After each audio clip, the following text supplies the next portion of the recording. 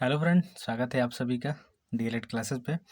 तो आज हम लोग पढ़ने वाले हैं डीएलएड फर्स्ट सेमेस्टर का जो मैथ वाला पोर्शन है उसको आज हम लोग शुरुआत कर रहे हैं।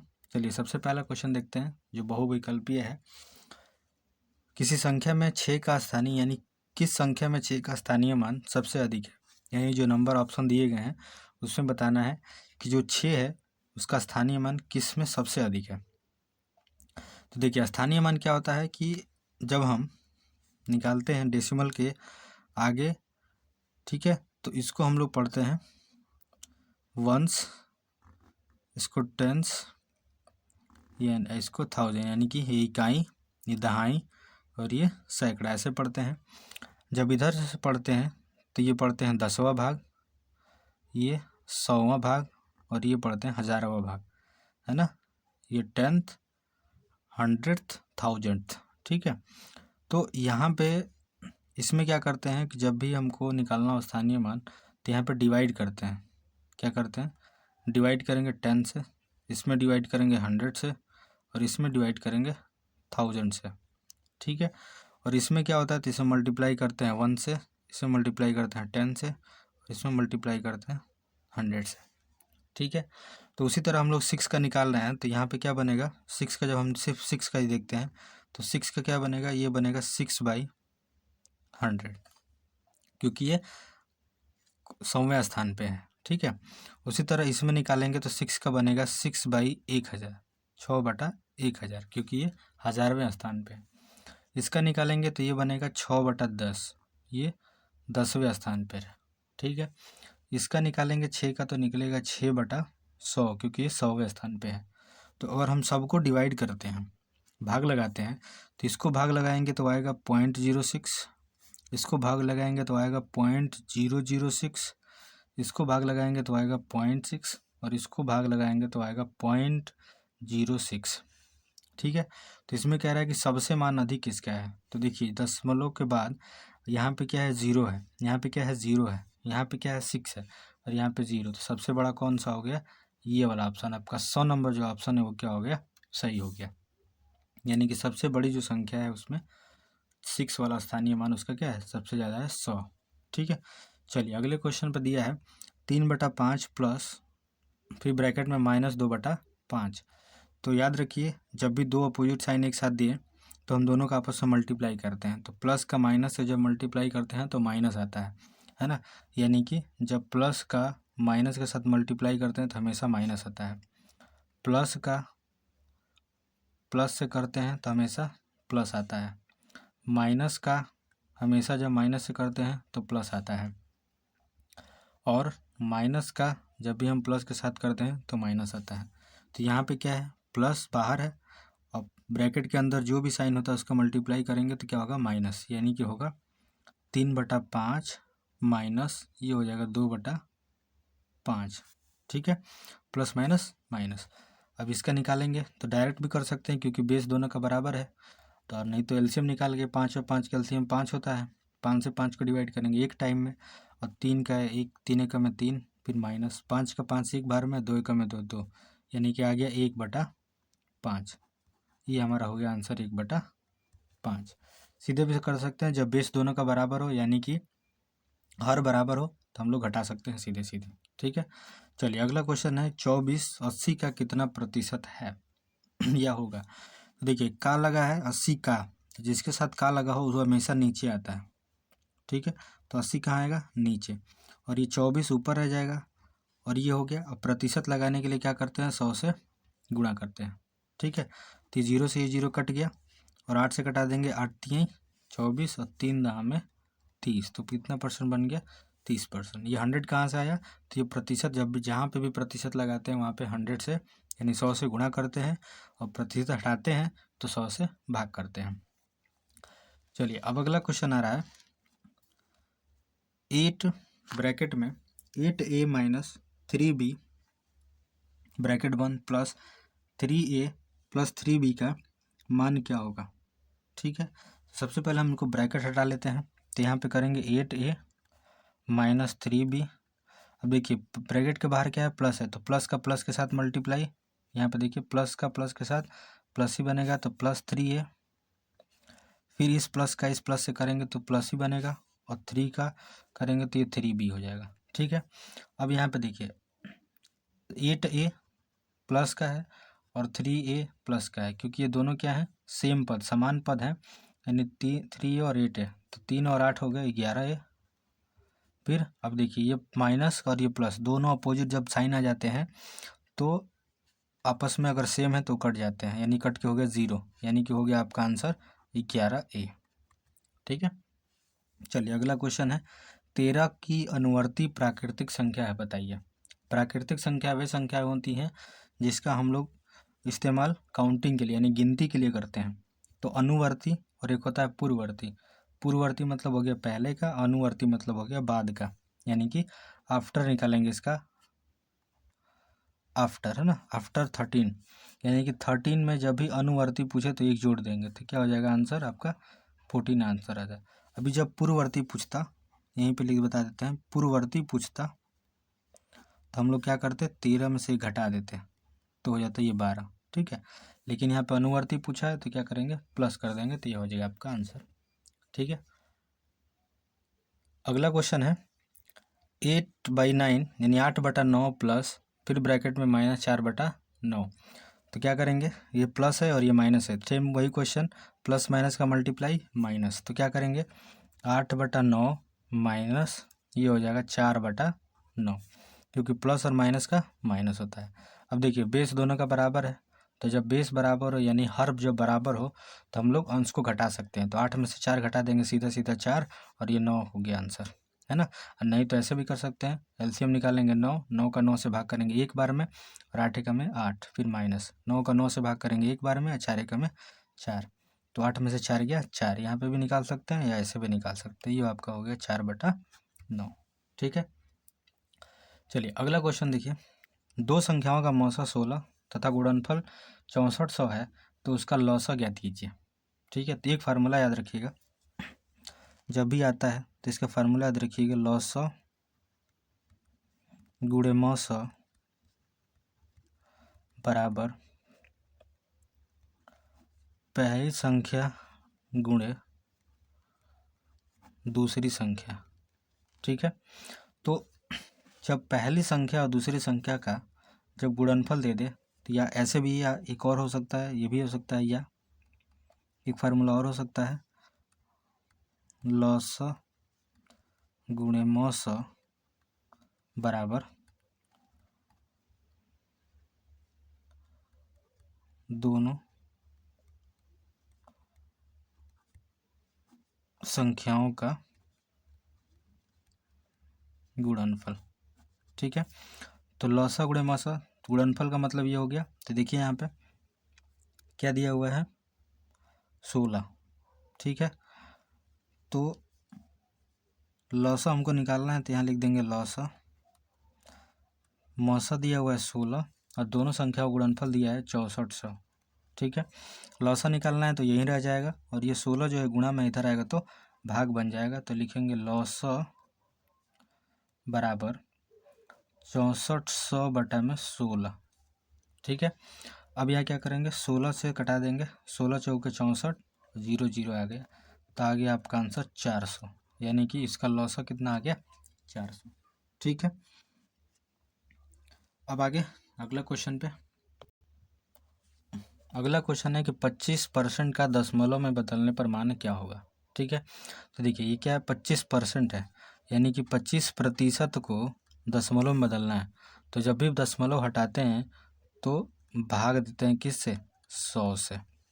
ठीक है, तो जब हम 100 से भाग देंगे तो देखिए दो तरीके से कर सकते हैं, तो सीधे सीधे 100 से भाग लगा सकते हैं।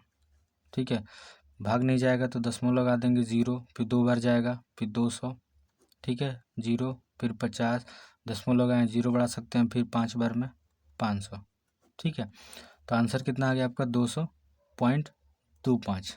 ठीक है, लेकिन एग्ज़ाम में इतना बड़ा नहीं करने जाएंगे, सीधे सीधे देखिए 1 2 2 0 है तो 2 अंक गिनेंगे, 1 2 2 अंक के बाद सीधे पीछे से दशमलव लगा देंगे तो 5, यानी कि हमारा आंसर आ गया 5। ठीक है, हमेशा राइट साइड से काउंटिंग करेंगे, नीचे अगर 3 0 है तो 3 0 पीछे से काउंट करेंगे। ठीक है, तो ये हो गया आंसर डायरेक्ट। ठीक है। चलिए अगला क्वेश्चन है ए प्लस बी गुणे ए माइनस बी का मान क्या होगा। ठीक है, तो देखिए जब भी ब्रैकेट के बाहर जो भी नंबर होता है उसका मल्टीप्लाई दोनों के साथ होता है। ठीक है, तो हम लोग क्या करेंगे, ए प्लस बी और ए माइनस बी, तो ये तो फार्मूला भी होता है, सीधे सीधे ये भी लिख सकते हैं, ए स्क्वायर माइनस बी स्क्वायर का ये फार्मूला भी होता है। ठीक है, नहीं तो इसको हल करेंगे, तो ऐसे हल करेंगे, देखिए ए का ए से मल्टीप्लाई कीजिए तो क्या बनेगा ए स्क्वायर, फिर ए का मल्टीप्लाई पहले बी में करिए क्योंकि दोनों के साथ होता है, तो ये हो जाएगा माइनस ए बी। ठीक है, फिर बी का मल्टीप्लाई कीजिए ए के साथ, तो ये minus plus plus a b हो जाएगा, या बी ए कुछ भी लिख सकते हैं। फिर यहाँ बी का जब बी से करेंगे तो माइनस बी स्क्वायर बनेगा। ठीक है, और ये क्या है माइनस ए बी और प्लस ए बी, तो जहाँ पे दो अपोजिट साइन आ जाए, संख्याएं या जो भी नंबर बराबर होती है दोनों आपस में कट जाते हैं, तो हमारे पास बचा क्या, सिर्फ ए स्क्वायर माइनस बी स्क्वायर, ये हमारा क्या हो गया आंसर। ठीक है, और ये फार्मूला भी याद कर सकते हैं, ये भी आंसर है। ठीक है, चलिए अगला क्वेश्चन है 3/2 का गुणात्मक प्रतिलोम बताना है। ठीक है, गुणात्मक प्रतिलोम क्या होता है कि जैसे गुणा करने पर जिसकी वैल्यू क्या आ जाए 1 आ जाए। ठीक है, तो इसमें करेंगे 3/2 गुणे 2/3। गुणात्मक प्रतिलोम मतलब इसका उल्टा, प्रतिलोम मतलब होता है उल्टा, और गुणात्मक मतलब गुणा करने पे, तो 2 से 2 ये कट गया, 3 से 3 ये कट गया, तो आंसर आ गया 1। ठीक है, चलिए 4 का 3%, देखिए का किसके साथ लगा है, 4 का, 4 के साथ लगा है, तो 3 को कहाँ रखेंगे ऊपर और 4 को रखेंगे नीचे, जिसके साथ का लगा होगा हमेशा नीचे आएगा। गुणे प्रतिशत में बदलना है तो क्या कर देंगे 100 से गुणा, यानी 100 से गुणा, 4 से कटा देंगे, 4 से 25 बार में 25, तो क्या हो जाएगा 75, तो ये हो गया 75%, इसका क्या हो गया आंसर हो गया। ठीक है, अब उसके बाद चलते हैं अगले क्वेश्चन पे,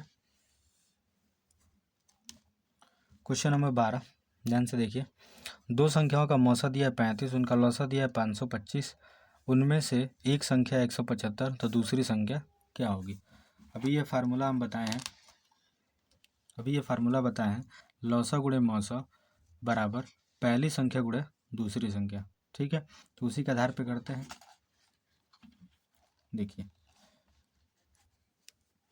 ये हो गया आपका लौसा गुणे मौसा बराबर पहली संख्या गुणे दूसरी संख्या। ठीक है, इसको इंग्लिश में क्या बोल देंगे, LCM is to HCF equal to first number गुणे सेकंड नंबर। ठीक है, तो देखिए लौसा दिया हुआ है कितना 525 गुणे मौसा कितना दिया हुआ है 35 इजिकल टू पहली संख्या दिया हुआ है 175 और दूसरी संख्या हमें नहीं पता है, तो दूसरी यहीं रह जाएगा। ठीक है, तो जब भी जिसके साइड का, यानी कि इधर का अगर एक साइड गायब किया है या इधर का एक साइड गायब किया है, तो वो वाला हमेशा इसके अपान में आ जाएगा, इधर दोनों दिया रहेगा। ठीक है, तो अपान में कर देते हैं, तो 525 गुणे 35 बटे में क्या आ जाएगा 175 आ जाएगा, क्योंकि इधर का ही ये नहीं दिया हुआ है, इजिकल टू में ये लिख देंगे इधर सेकंड नंबर। ठीक है, अब कटाइए इसको, 5 से कटा सकते हैं, तो 5 3 15, 2 बच रहा है इसमें, 2 इसमें चला गया, तो क्या 25, 5 5 25। ठीक है, 5 से कटा दीजिए, 5 का में 5, ये दो संख्या जब कटाएंगे तो 525। ठीक है, 35 से 35 काट दीजिए, आपका आंसर हो जाएगा 105। इसका आपका क्या हो जाएगा 105। ठीक है, चलिए अगला क्वेश्चन है 13 नंबर, ए माइनस ब्रैकेट में बी फिर ए स्क्वायर 2a, तो देखिए ए यही रहेगा सेम, ए माइनस ए हो जाएगा बी, माइनस का माइनस है मल्टीप्लाई कर देंगे तो जगह +2 है। ठीक है, अब देखिए यहाँ पे +2 है, तो यहाँ पे क्या करेंगे प्लस का 2 है और ये प्लस का, ये दोनों मिलके कितने हो जाएंगे 2 और 1, इसमें 1 हमेशा रहता है, जहाँ पे भी सिर्फ वेरिएबल दिया हुआ है तो उसमें 1 छिपा होता है, तो ये 2 और 1 हो गया 3a और ये हो गया माइनस का b, यानी हमारा आंसर हो गया 3a माइनस b। ठीक है, अगला क्वेश्चन सेम वही है जो फर्स्ट था। किसी संख्या में 5 का स्थानीय मान सबसे अधिक है, अब बताइए किस संख्या में। तो देखिए ये किस स्थान पे है, 100वें स्थान पे, तो 5/100 होगा। ये किस स्थान पे, 1000वें स्थान पे, तो 5/1000 होगा। ये 5/10 होगा और ये 5/100 होगा। ठीक है, तो सबसे किस पे होगा,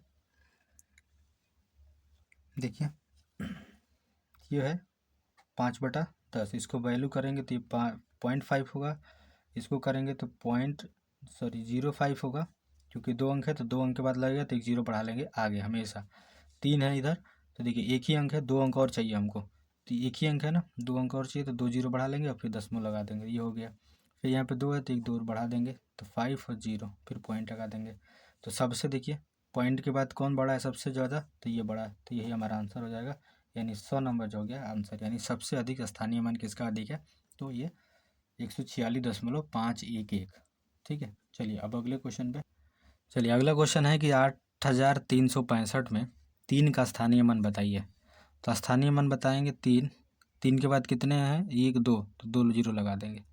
ठीक है, या इकाई दहाई सैकड़ा, सैकड़ा में कितने से गुणा, 100 से गुणा, इकाई पे 1 से गुणा, यानी कि 8 3 6 5।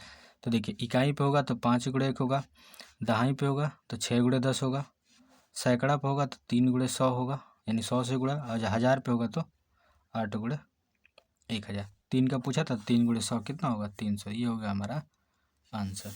ठीक है, अगला क्वेश्चन देखिए, 2.4 × 0.5 का मान बताइए। तो देखिए 2.4 गुणे रखिए 0.5, सिंपल गुणा कीजिए, 5 का 5 का 20, 0 हासिल 2, 5 2 10 2 12।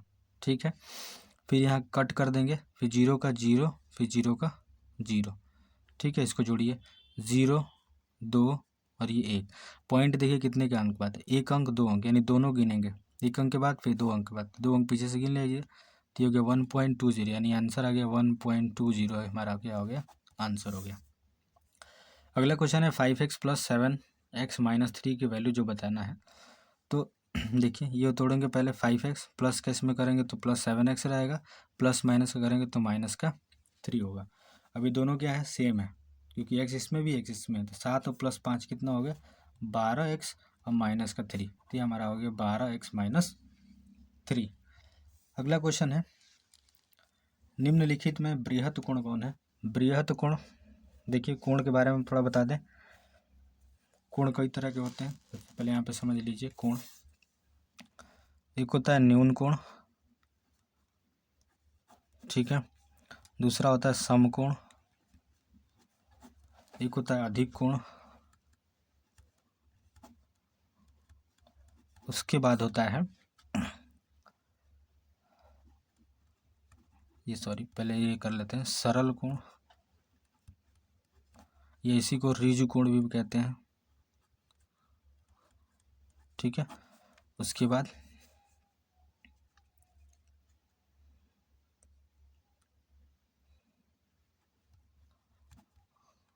बृहत कोण, उसके बाद आता है संपूर्ण कोण। ठीक है, न्यून कोण क्या होगा, 0 डिग्री से बड़ा होगा और 90 डिग्री से क्या होगा, छोटा होगा। समकोण क्या होगा, ये पूरे 90 डिग्री का होगा। अधिक कोण जो होगा वो 90 से बड़ा होगा और 180 से क्या होगा, छोटा होगा। ऋजु कोण जो होगा वो 180 डिग्री का होगा। बृहत कोण जो होगा 180 डिग्री से बड़ा होगा और 360 डिग्री से क्या होगा, छोटा होगा।